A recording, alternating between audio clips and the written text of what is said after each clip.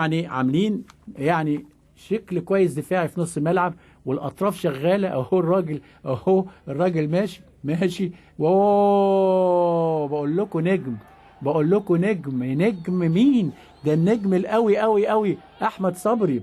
والهدف الثالث واللي انهى المباراه لمكي، والهدف الثاني ليه يبقى احمد مكي.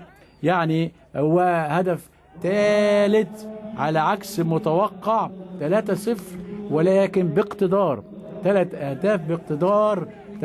يعني 3 أهداف باقتدار لحرس الحدود، الثلاثة أحلى من بعض.